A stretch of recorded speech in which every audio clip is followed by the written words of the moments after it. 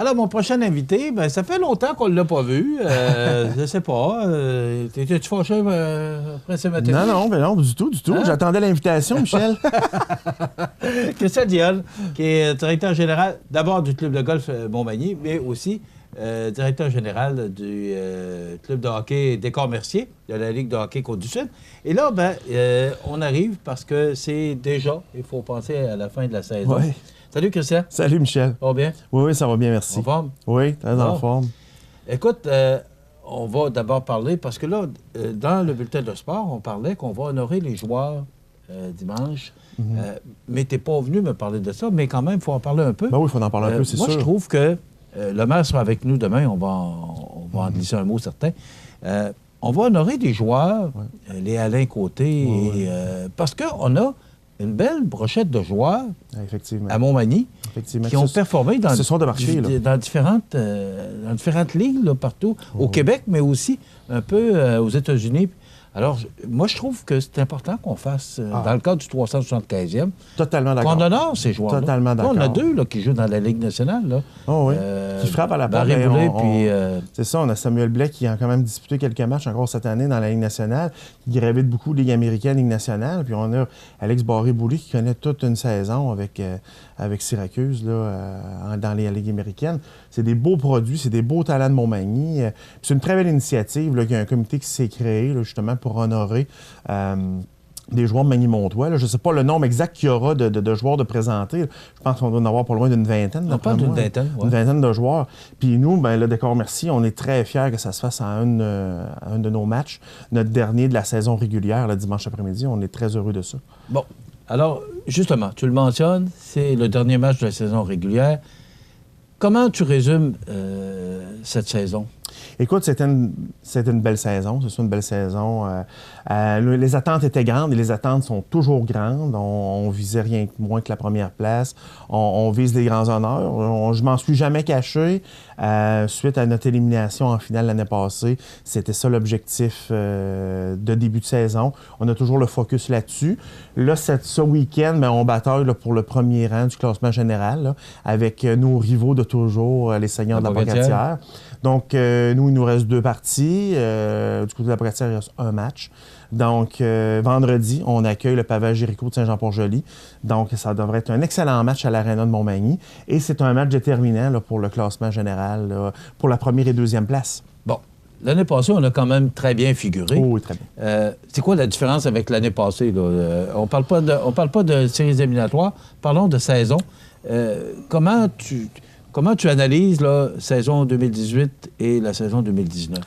2018 versus 2019, je pense qu'on a fait l'ajout de... On a des joueurs qui sont revenus dans notre équipe. Un gars comme Pierre-Olivier Bourgault, cette année, qui s'est aligné avec nous toute la saison. Le retour d'Étienne Blais, le frère de Samuel, justement, qui était absent l'année passée. Notre équipe a vieilli d'un an, a maturé. On a évité le côté blessure aussi cette année. L'an passé, si on se souvient, notre capitaine, Louis-David Bourgault, était blessé la moitié de la saison, pratiquement. Ça paraît quand le meilleur joueur de la Ligue est absent.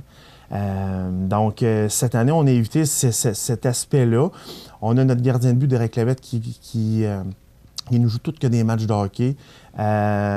Donc, je pense que cette année, c'est ça. Je pense que notre équipe, on a appris de la finale de l'année passée. Puis, ça se répercute cette année. Puis, on a une très belle saison. On a 15 victoires, 2 défaites et 1 défaite en prolongation. Donc, il y a eu un changement d'instructeur. Oui. Moi, c'est drôle, mais j'ai pas vu. Je suis pas allé au match, mais bon, il y a toutes sortes de raisons, là, mais est-ce que vraiment le changement d'instructeur a apporté du changement au sein de l'équipe? Parce que vous avez connu une bonne saison l'année passée aussi. Je te cache pas ma surprise que vous ayez changé d'instructeur. Pourquoi d'abord vous avez changé d'instructeur? C'était surprenant aussi. C'était une décision qui n'était pas facile non plus parce que c'est rare qu'on voit ça, une équipe qui atteint la finale, qui est à 2 matchs des grands honneurs puis qui ne poursuit pas avec son entraîneur la saison suivante. Je pense qu'on était dû pour un changement de ce côté-là. C'est 3 saisons que David Labrec était derrière le banc. J'ai adoré travailler avec David, mais je pense qu'à un moment donné, pour l'organisation, on était peut-être dû pour un changement. Un changement de discours, un changement derrière le banc. C'était les joueurs... Est-ce que c'est en raison, justement, de votre défaite rapide à la fin de la saison? C'est un ensemble de choses. C'est un ensemble de facteurs qui amènent à la décision. Puis en même temps, comme j'ai dit à des gens, s'il y a une personne qui fait prendre la décision, c'était moi-même qui allait la prendre. Puis c'est drôle un peu parce que c'est moi qui travaille le plus avec l'entraîneur. Mais ça prend quelqu'un qui apprend la décision. Puis je l'ai pris. C'était pas une décision facile, mais je pense qu'en discutant avec les joueurs en place, un peu de comment ça s'était terminé, un peu comment la saison s'était passée. Ça faisait quand même 3 ans qu'on était avec David. Ça allait très bien. On ne peut pas dire que ça allait mal. Là. Ça allait très bien. Je pense qu'on devait poser un geste. La venue de Martin Gagné, qui est un joueur et un entraîneur extrêmement respecté dans le milieu du hockey, je pense que ça amenait... c'est ça. Je pense qu'on était rendu là comme organisation. Puis, c'est ça. Je pense que les résultats sont là. On ne peut pas dire qu'on a fait un mauvais changement. Je pense que c'est un changement qui est très profitable pour notre organisation présentement. Qu'est-ce que Martin a apporté à l'équipe cette année? Martin est un entraîneur très différent de David. Je pense qu'il... comment je dirais bien ça? La relation qu'il a avec les joueurs, elle est différente.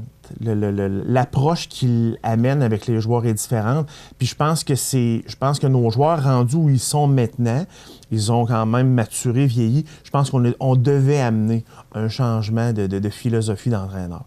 Je pense qu'on était rendu là. Tout simplement. Je pense que c'est ça qui amène...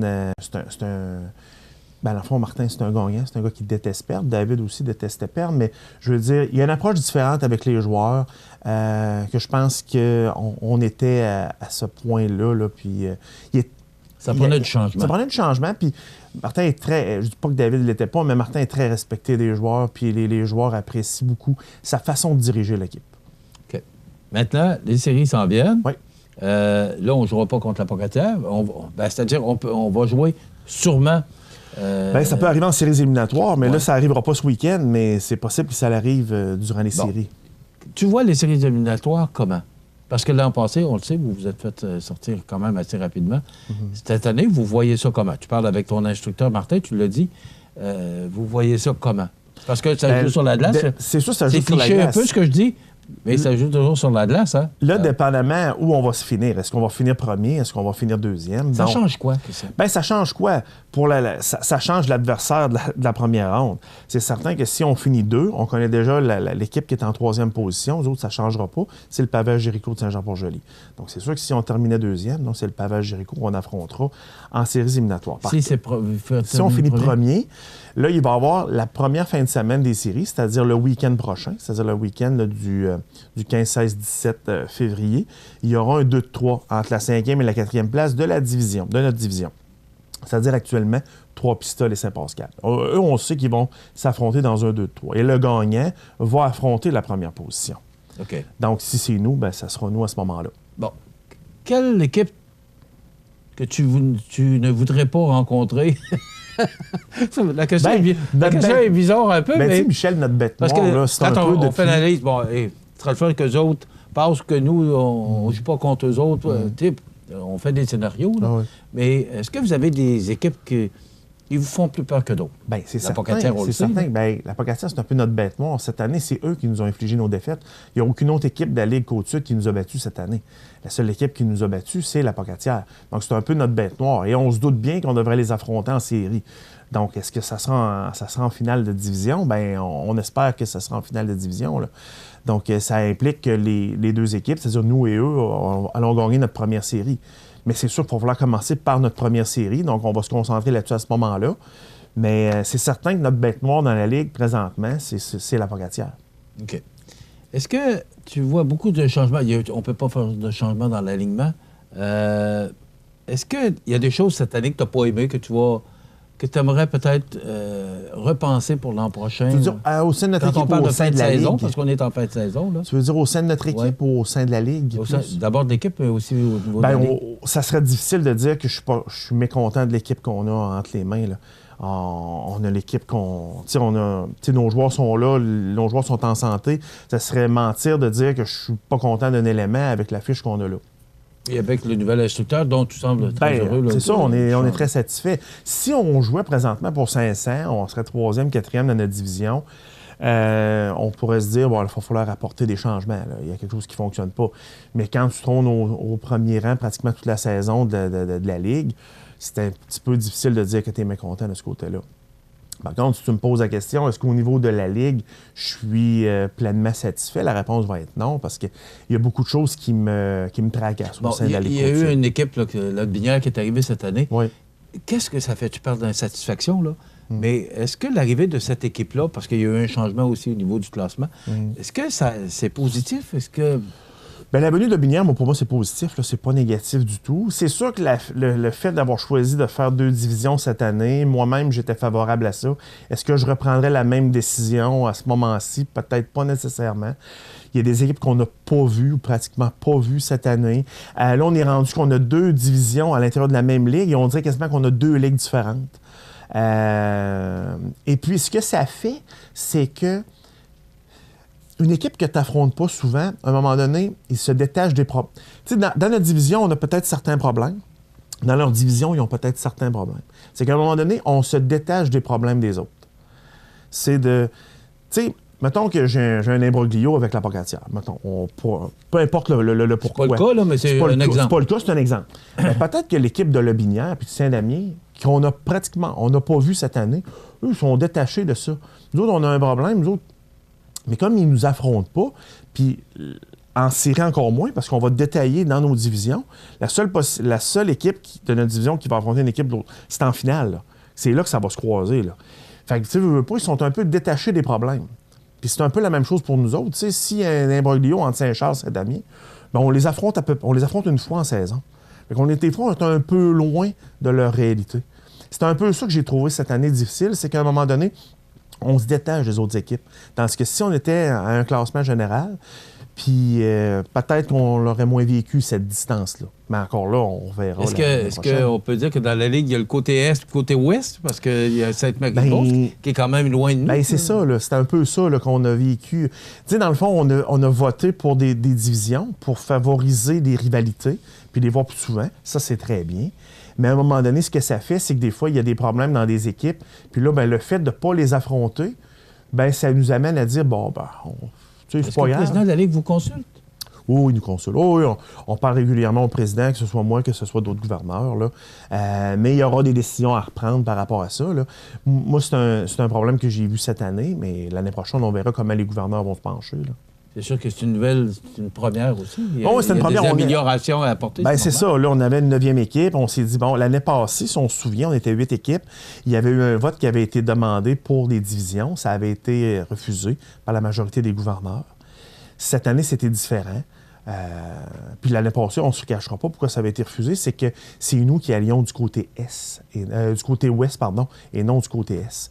Donc, on aurait affronté moins souvent Saint-Jean, la Pocatière. Donc, c'est sûr que, comme ces 3 équipes-là, on n'était pas nécessairement favorables. Cette année, bien, avec la 9e équipe, bien, eux autres avaient une division de 4, et nous, on s'en venait de l'autre côté. Donc, c'est pour ça que ça a passé au vote, là, tout simplement.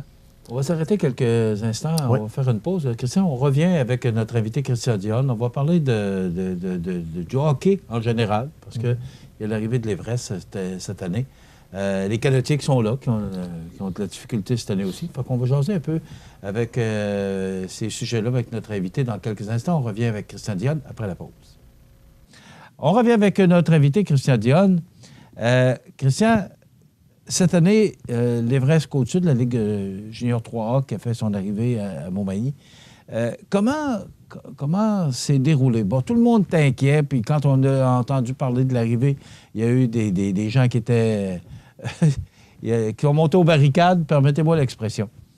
Comment ça s'est passé? Parce qu'on parle de presque une année, une saison terminée. Comment se comporte le hockey à Montmagny? Tant la Ligue de hockey Côte-du-Sud, tant pour les canotiers, la LHOM. Il y a beaucoup de hockey à l'Arena. Est-ce que tout le monde survit à travers ça? Bien, pour l'instant, je pense que tout le monde survit. Je pense que je peux pas m'avancer du côté des comment ça va au niveau finances, du côté de l'Everest. Je ne sais pas, est-ce qu'ils sont satisfaits des foules qu'ils ont? Je sais qu'au départ, ils prévoyaient peut-être des foules un peu meilleures que ce qu'ils ont, mais est-ce que finalement, ils se sont révisés là-dessus? Ça, je ne pourrais pas m'avancer. Je pense que toutes les organisations sont quand même en santé. Je pense que ça va bien. Ben, pour l'instant, on se parle, ça va quand même bien. Là, c'est sûr qu'au début de la saison, mais dans le fond, les horaires ont été faits, tout le monde a sa glace, il n'y a pas de problème là. Puis la cohabitation se passe très bien, là. Là, on va arriver en séries éliminatoires. On a des délais à respecter au niveau de chacune de nos ligues pour jouer nos fameuses séries. Est-ce que là, on va arriver c'est-à-dire à avoir des dates qui peuvent se croiser, qui sont communes, et là, on devra se partager un... C'est ça, j'ai hâte de voir, là. C'est là qu'il va falloir se parler. Ben, peut-être plus, là, à ce moment-là, parce que là, la saison, nos horaires ont été loués. Tout le monde a ses matchs. Ce que j'ai entendu, c'est que l'Everest aurait la priorité par rapport au... OK. C'est ce qu'ils nous ont... Oui, c'est ce qu'on sait, oui. OK.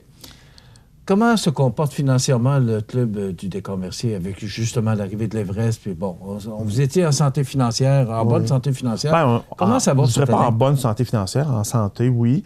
C'est sûr que les foules, en début de saison, ont été quand même présentes. Ils sont encore, ça l'a diminué quand même un peu. C'est sûr que... On a une équipe gagnante? Oui, on a une équipe gagnante, mais...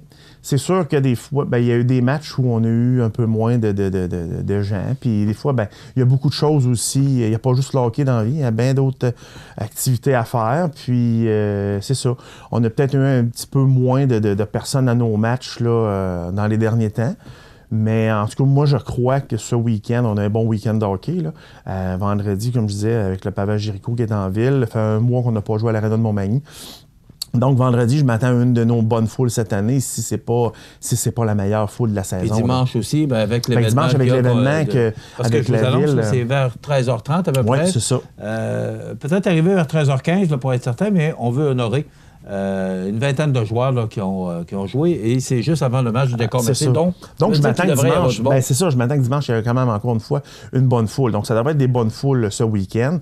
Je dis pas qu'on n'est pas satisfait. On est quand même satisfait de l'achalandage qu'on a eu, mais c'est sûr qu'on aimerait toujours un peu plus. Puis, tu sais, un 100-150 personnes de plus, des fois, peut faire la différence. Mais Christian, moi, tu m'as fait peur un peu en début de saison, parce que tu me disais, bien là, avec l'arrivée de l'Everest, ça change un peu l'histoire de banque, puis ça changeait financièrement, veut pas votre orientation. Je ne sens plus cette inquiétude-là. Là. Est-ce qu'elle est dissipée ou c'est encore... C'est sûr que c'est moins présent. Là. C'est sûr que c'est moins présent parce que, je veux dire, on a des gens, on a quand même des foules intéressantes, c'est certain.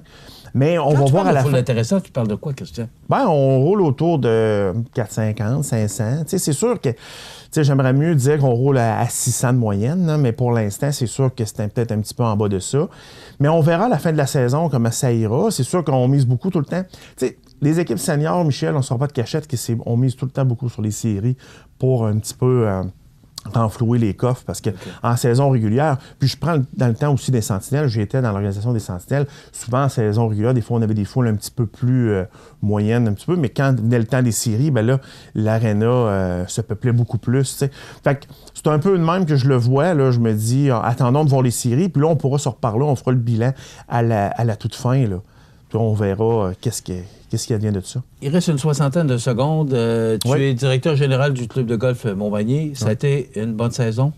Oui, c'était une bonne saison. Content? C'était une bonne saison, très content. Écoute, elle veut pas, on a eu une très belle température. Par contre, ça a commencé tard. Dès le mois d'octobre, on dirait quasiment qu'on est tombé au mois de novembre, mais non au mois d'octobre. Donc, on a eu une saison un petit peu écourtée à l'automne, mais on a eu un bel été. Et la santé financière du club de golf Montmagny va très bien. Bon, c'est plaisant à entendre. Est-ce qu'il y a des projets pour 2019? Des projets 2019, il y en a toujours. On pourra en reparler. Déjà, l'année passée, avec l'inversion des neufs, c'était un bon changement. Donc, on continue. Comment ça a été perçu? Parce qu'on a changé... Très bien, Michel. L'ancien neuf est devenu le nouveau, puis bon, on a juste changé... Comment ça a été reçu? Beaucoup de commentaires positifs. Ouais. Quelques personnes, au départ, étaient peut-être un petit peu... comprenaient difficilement pourquoi le changement, mais je pense qu'on l'a bien expliqué, puis les gens sont très contents du changement. Et pour un golfeur, excuse l'expression, mais ça part beaucoup mieux en haut qu'en bas. Tu sais, on ne sort pas de cachette, c'est ça. Moi, souvent, j'allais, quand j'avais simplement le temps d'aller jouer un petit neuf, j'aimais ça partir au 10, justement, parce qu'on partait d'en haut. Et aussi parce que il y a des trous, le 7 et le 8, qui sont un peu plus difficiles là, parce qu'ils sont quand même assez montagneux. Alors, mais en fin de journée, c'est souvent ça qu'on vivait, Michel, c'est que les gens arrivaient et voulaient commencer en haut, Mais là, c'était le 10. Mais là, il fallait aller vérifier qu'ils ne coupent pas personne parce qu'ils souvent, ils veulent marcher un petit 9 en fin de journée. Puis ça se marche beaucoup mieux en haut qu'en bas. Tu vas être d'accord avec moi. Il y a des changements au sein du conseil d'administration? Non, le conseil d'administration est resté le même à l'Assemblée générale. C'est Marc Couillard qui demeure président. Puis c'est ça. Je travaille avec la même gang pratiquement identique depuis... ça fait 6 ans. Je vais commencer ma 7e saison à la barre du club. Ça va vite. Le temps passe vite, Michel. Et on commence à se faire les dents, on commence à être bon. Au moins, ce qui est important, c'est la santé financière. C'est la santé financière. Je pense que c'est ça qui est à prioriser là-dedans. On va suivre les séries. On va vous souhaiter bonne chance. Puis on vous invite à venir en grand nombre à l'événement que la Ville organise dimanche. Là. Puis venir à notre match vendredi, mais à l'événement dimanche. Là, en principe, nos caméras sont supposées d'être là. On travaille là-dessus. Parfait. Merci Christian Dionne. Voilà, Christian Dionne, qui est directeur général du club de hockey, le décor merci de la Ligue de hockey Côte-du-Sud, et aussi directeur général du club de golf Montmagny. On aura l'occasion d'en reparler pour le début de la saison. Voilà, dans quelques instants, les grands titres de l'actualité. Situé au cœur de Montmagny, Iris dispose d'une variété de lunettes et vous offre les services d'examen de la vue et le suivi de chirurgie au laser. Iris Montmagny, 2 boulevard Taché-Est, 241-5252. Iris Montmagny, faites l'expérience d'une meilleure vision maintenant. Chez Luminaire Futura, voyez notre choix immense de lampes de table, modèles suspendus ou murales, grand choix de lampes de travail pour étudiants, petits et grands, le plus grand choix d'horloges pour tous les goûts et pour tous les styles. Luminaire Futura, 125 Taché-Ouest Montmagny, 248 73 35.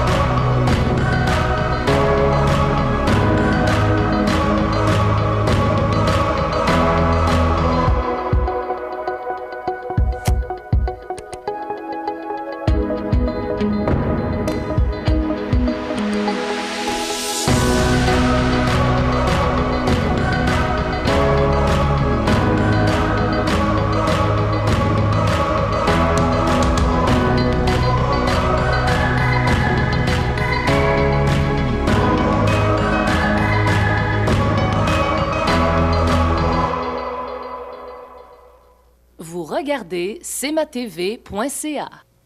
Alors, les grands titres de l'actualité, vous constatez que José Soucy n'est pas là ce matin. Il est justement au point de presse que donne le maire de Montmagny, une fois par mois, lors de l'Assemblée du Conseil qui a eu lieu ce lundi.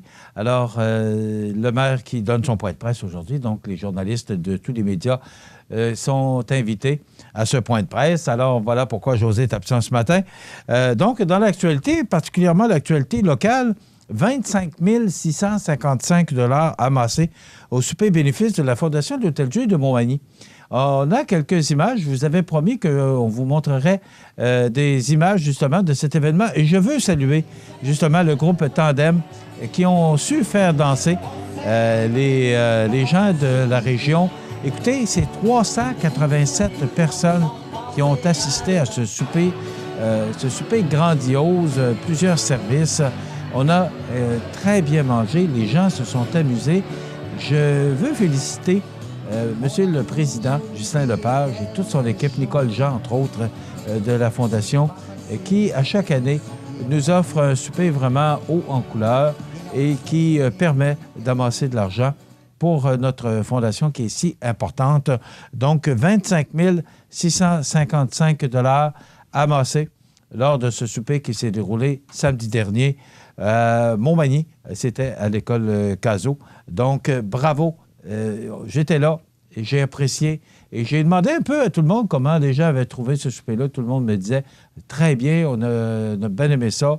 On n'en manque jamais. Moi, ça fait plusieurs années que j'assiste à ce souper. D'abord, parce que pour moi, l'hôpital, c'est primordial. La Fondation, c'est la même chose. Et aussi, c'est qu'on a plusieurs écrans de télévision à l'intérieur de l'hôpital. Donc, il y a un partenariat avec CMA-TV et l'hôpital et la Fondation. Donc, c'est tout à fait normal qu'on soit là pour ce souper bénéfice qui a rapporté, je le rappelle, 25 655 $. Hier, on vous a annoncé la fermeture pour la journée de l'école Monseigneur-Sirois. Bien, c'est en raison d'une panne d'électricité, en raison de ce verglas, ce grésil qui est tombé au cours de la nuit. et qui a privé 420 abonnés d'électricité à Cap-Saint-Ignace. Donc, tout est revenu à la normale en fin d'avant-midi. Marie-Claude Gamache, qui devient la nouvelle directrice générale du Musée maritime du Québec. On avait annoncé récemment le départ de la directrice et c'est Marie-Claude Gamache qui va remplacer cette directrice générale. Donc, bravo, félicitations à Marie-Claude qui devrait faire du bon travail. Et c'est aussi la semaine de la prévention du suicide. Ça se termine le 9 février. Donc, une des causes de mortalité très importantes. On dit que c'est 3 suicides, 3 personnes perdent la vie chaque jour. C'est important. Alors, la prévention du suicide, le Club Rotary de Montmagny qui collabore étroitement à cette cause. Ça complète notre émission d'aujourd'hui. Je vous rappelle que ça sent le nuage au cours de la journée et le temps doux s'installe avec de la pluie et de la neige au cours des prochains jours. Je vous invite à être des nôtres demain pour une autre émission d'information. Passez une bonne journée, mesdames, messieurs. À demain. Habitation Monseigneur Deschênes, une résidence privée pour aînés située au cœur de Montmagny. Personnel complétant en service 24 heures sur 24. Infirmière, entrée sécuritaire contrôlée et bien plus. Habitation Monseigneur Deschênes à Montmagny, pour vivre en toute quiétude. La Société de développement économique de Montmagny est fière de souligner le dynamisme de son secteur commercial. De nouveaux services sont aussi offerts dans notre secteur commercial. Esthétique Angeli Enregistré offre maintenant les soins de microblading et de maquillage semi-permanent des yeux. Et le bar Le Boomerang est maintenant connu sous le nom de Resto Bar Le Boomerang, puisqu'il offre dorénavant un service de restauration. Des entrepreneurs de la région ont investi des sommes importantes pour mettre à niveau leurs installations. C'est le cas de l'animalerie Montmagny, située au 20 boulevard Taché-Ouest, de la clinique dentaire Montmagny, propriété de la Dr Joannie Bertrand, et de la pharmacie Unibri, appartenant au groupe Daniel Lachance et située aux Galeries Montmagny. Votre entreprise démarre, déménage ou prend de l'expansion? N'hésitez pas à le faire savoir à la Société de développement économique de Montmagny. L'émission Bonjour Côte-du-Sud, une présentation de la pharmacie Proxime, 79 de la Fabrique Montmagny, 88 248 55 95.